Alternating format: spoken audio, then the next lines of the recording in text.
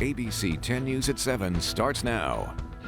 We're learning how the coronavirus vaccine will be distributed in San Diego County and the order in which people will get it. Good evening. I'm Kimberly Hunt. And I'm Steve Atkinson. Our ABC 10 News reporter Jennifer Kastner explains this comes as local hospitals are quickly nearing capacity.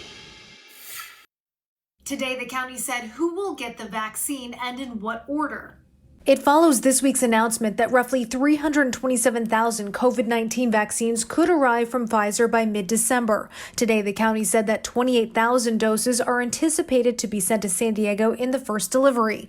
These vaccines, we learned today, will be allocated in very specific phases. Priority distribution will go to Phase 1A, including healthcare workers, nursing home patients, and nursing home employees. Phase 1B, people with underlying medical conditions. Phase 2, teachers, food supply workers, essential workers, inmates and correctional facility staff, and also older adults. Phase 3, children and adults under 30, and Phase 4, everyone else.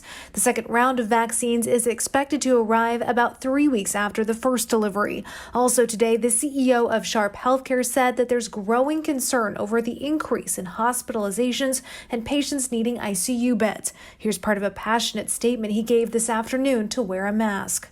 This is a pain to wear at times. I think we're all tired of it. You know what's more of a pain?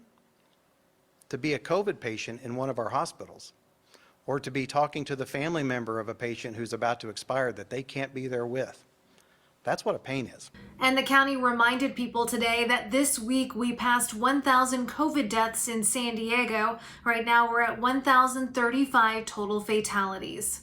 Jennifer Kastner, ABC 10 News. And our daily case rate also continues to stay high. The 1,200 new cases reported today bring our total to more than 84,000. A San Diego church that's been defying county health orders is moving some of its services online. On its website, the Awakened Church says it's moving its midweek Wednesday services to the internet this month, but its Sunday service will still be held in person.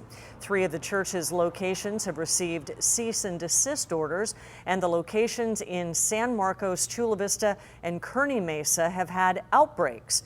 Supervisor Nathan Fletcher even called them out during today's news conference. For other entities that have chosen to act irresponsibly, entities in particular like the Awakened Church, where we have been forced to have to share outbreak information because of their lack of cooperation in notifying the members of their congregation about cases there. The sheriff's department says the church could be issued a citation if it continues to ignore the orders. San Diego Unified students will have to stick with virtual learning for the foreseeable future. With COVID cases spiking, the district decided last night to continue distance learning at least through mid-January. It is frustrating for parents like John Anderson. He would like the school board to consider other options, such as moving everything outside. Personally, I would love to see us embrace the outdoors at San Diego, and we could have outdoor school tomorrow at every school in the district. The Sweetwater District in the South Bay is also sticking with virtual learning until at least February. Poway Unified is still offering in-person learning for its elementary students only. High school sports are officially on hold as well until January at the earliest. It is frustrating, but our ABC 10 News reporter Steve Smith shows us why the CIF is doing what it's doing now to get the kids back on the field. The sights and sounds of a game-winning touchdown, a slam dunk on the basketball court. Unfortunately, all high school sports are currently in a holding pattern due to the COVID-19 pandemic. And a potential December start date, well, that's been pushed back to January. I think it's very disappointing. Steve, our kids, our families, schools, communities, they've been waiting quite a long time here. It's been tough. While young athletes are eager to begin competition, it's a decision that was made by the California Department of Public Health. It's definitely a fine balance. I mean, you'll see here, across the nation, different things are happening.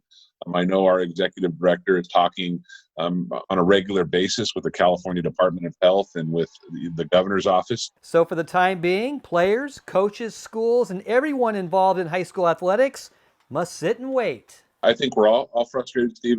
It's It's something which it's been a long time coming. When you see, like I said, these things going on in other states, it's happening. Things have been successful. Of course, they get anxious, rightly so, wondering why we're not applying those approaches to our athletics. Now, if the okay is given next month, Joe says they do have a plan in place, but there's no guarantee all sports can be played. Obviously, we could potentially get to some point in season one here where we just don't have enough time to get a season in, and there's no way to compact all of our sports into just one season of sport.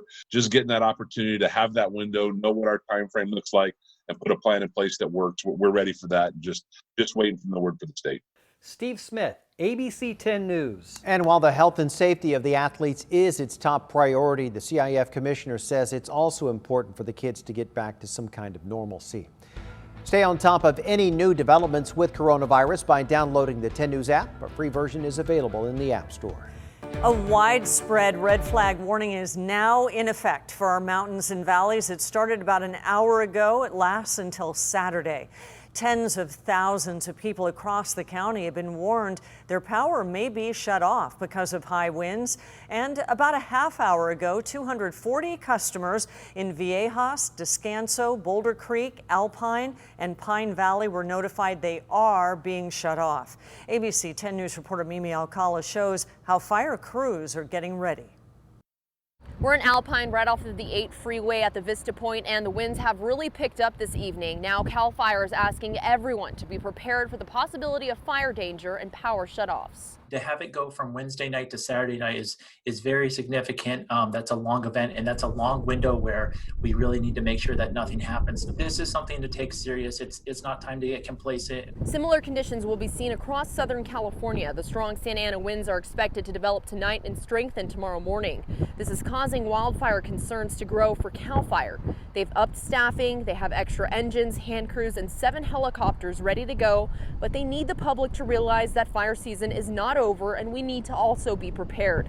Clear any dry brush around your home without using power tools, and make an evacuation plan. More than 95,000 SDG&E customers are also at risk of possibly losing power during public safety power shutoffs. This map shows that many communities are impacted this time around, including much of the East County, but also areas in the North County and the South Bay. And many people are working from home and going to school from home, so remember to have that plan in place in case your power is turned off for several days. Reporting in Alpine, Mimi Alcala, ABC 10 News. Having a plan is so important. Meteorologist Angelica Campos is joining us now with a look at these conditions. Angelica. Hi, Kim. That's right. Having a plan is the way to go. A red flag warning in effect all the way through Saturday at 10 p.m. And you can see the areas highlighted, our valleys, our foothills and mountains. And the winds could potentially get even stronger than they already are, especially after 10 p.m. tonight through 6 p.m. tomorrow. The same areas under a red flag warning are under a high wind warning starting in a couple of hours, starting at 10 p.m. tonight. The winds in this region could go over 50 miles per hour, strong enough to potentially bring down trees and power lines. So that is a big concern as we go into the overnight hours. You can see the winds already gusting up to 36 miles per hour in Alpine. It's been that gusty since about 5 o'clock this afternoon, and we're expecting the winds to get stronger in Julian, 21 miles per hour. But by tomorrow, it's going to be widespread. Even coastal communities could see winds over 20 miles per hour. Coming up, I'll show you what to expect hour by hour and also what the temperatures would look like as we head into the weekend. All right, we will join you in just a few minutes, Angelica. Breaking news now out of Rancho Penasquitos, where there's a homicide investigation underway. Police say they were called about a fight in a home in the 12,500 block of Darkwood Road this afternoon. We have a crew at the scene trying to gather more information. We will let you know as we learn more. In the meantime, gunfire on the San Diego trolley today, too. Police say that a man shot another passenger in the leg during an argument on the trolley near Petco Park this morning. The man who was wounded tackled the shooter and got the gun away from him with the help of other passengers. The shooter ran off but was arrested just a short time later on Beardsley Avenue. 18-year-old Salvador Quintero is now in custody.